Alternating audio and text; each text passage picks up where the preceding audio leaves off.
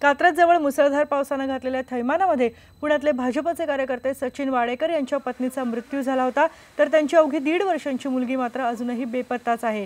कात्रज शिंदेवाडीतल्या या अपघाताच्या घटनेला 100 तास उलटून गेल्यावर प्रशासनाला उशिराने जाग आली आणि आता पुणे-सातारा हायवेवरच्या अतिक्रमण विरोधामध्ये कारवाई सुरू करण्यात आलेली आहे।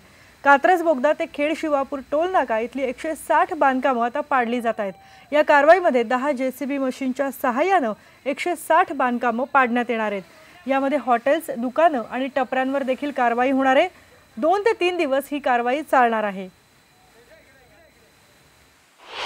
जिल्हाधिकारी कार्यालय, जिल्हा पोलीस प्रशासन आणि नॅशनल हायवे अथॉरिटी असे 3 एजन्सी मिळून जवळपास 10 जेसीबी, 2 पोकलँड आणि जवळपास 25 डंपर एवढा सर्व फौजफाटा घेऊन आपण हे दोन्ही बाजूचे 30 मीटर रुंदीने जे भूसंपादन पूर्वीच झालेलं आहे त्यामधील सर्व बांधकामं हटवायचं काम सुरू केलेलं आहे। जवळपास ही 160 बांधकामं जवळपास आहे ती याच्यापासून शिंदेवाडीच्या याच्यापासून चालू झाली की आपल्या टोल नाक्यापर्यंत।